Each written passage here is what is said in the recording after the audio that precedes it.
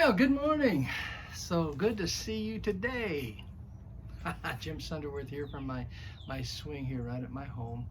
I just a good day today. I just feel good. I just really feel good. So it's good. Now we've been talking about Abraham and his journey, which really relates to our journey of faith.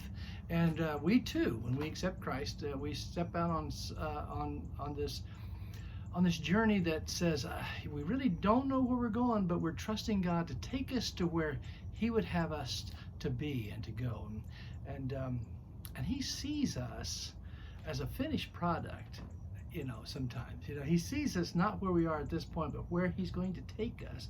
And I know He has to smile as we go in our big eyes by faith, saying, "Ooh, this is going to be a fun ride. Let's see what happens." And that's what happened to Abraham.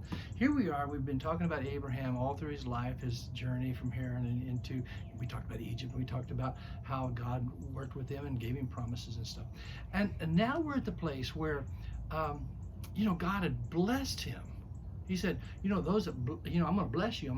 Your descendants are going to be like the stars of the sky and the sands of the sea. He said, whoever blesses you, I will bless. He said, I'm going to do marvelous, miraculous things for you. And He did. He provided for him. He became a man, just that said, to God be the glory. It was a miracle. And it's kind of exciting to see how all that, came together by faith. And now, after all these years, he's 100 and some years old.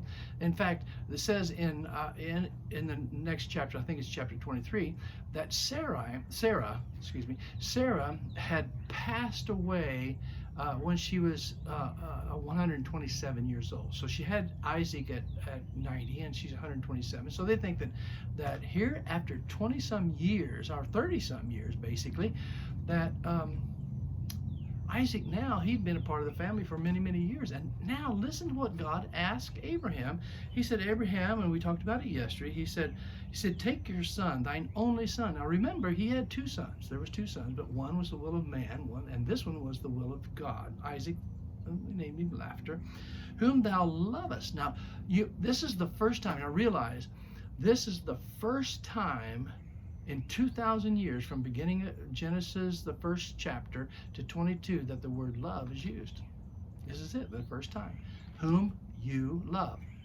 He said, take this child whom you love and go to the land of Moriah and offer him as a burnt offering on one of the mountains. He said, Mount Moriah. Now, they lived in Beersheba, which was about 50 to 60 miles away from Moriah. And Moriah was a range of mountains of Jerusalem at that time. And the only other time it was mentioned in the Bible was 2 Chronicles, I think it's the 3rd chapter, the first verse, where it talked about Solomon, 1,000 years later, built the temple on this mountain range of Jerusalem.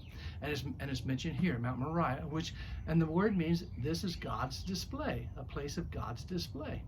So here they were in Beersheba, and you got to realize, Abraham is human, just like you and me. We go through our life as human beings. We have feelings, and we have desires, and all the different things, and hurts and pains, and joys, lots of joys. But here he is. He has to leave Beersheba and take Abraham, his only son of promise, and take him, and there's 50 miles, about a 3-day journey, that he's wondering, what is really, how's this going to happen? And so it says, and Abraham rose in the morning, saddled his donkey, and took 2 of his men with him, and Isaac his son, and he clave to the wood. He claimed to the wood for the burnt offering, and rose up and went into the place of which God told him. Then on the 3rd day, Abraham lifted up his eyes and saw the place afar. And Abraham said unto his young men, abide here with the donkeys, and I will go yonder and worship, and come to you again. Well, this is the first time the word worship is used. He said, we're going to go, and we're going to go to the mountain, and we're going to worship. We're going to bow our will to God's will. We're going to bow low. We're going to surrender. We're going to come to a place of worship. It's the first time it's used, and it's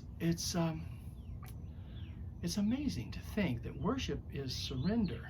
Worship is to say, come to a place where God is asking you, are you going to serve me because of my blessings, or are you going to serve me because of who I am.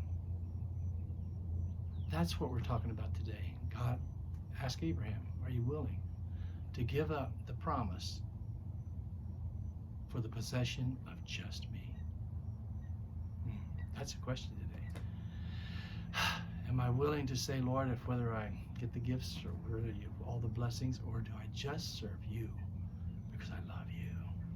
It's a question to end on today. We'll continue this. It's kind of exciting, isn't it? Okay, I'll see you tomorrow. All right, we'll continue this.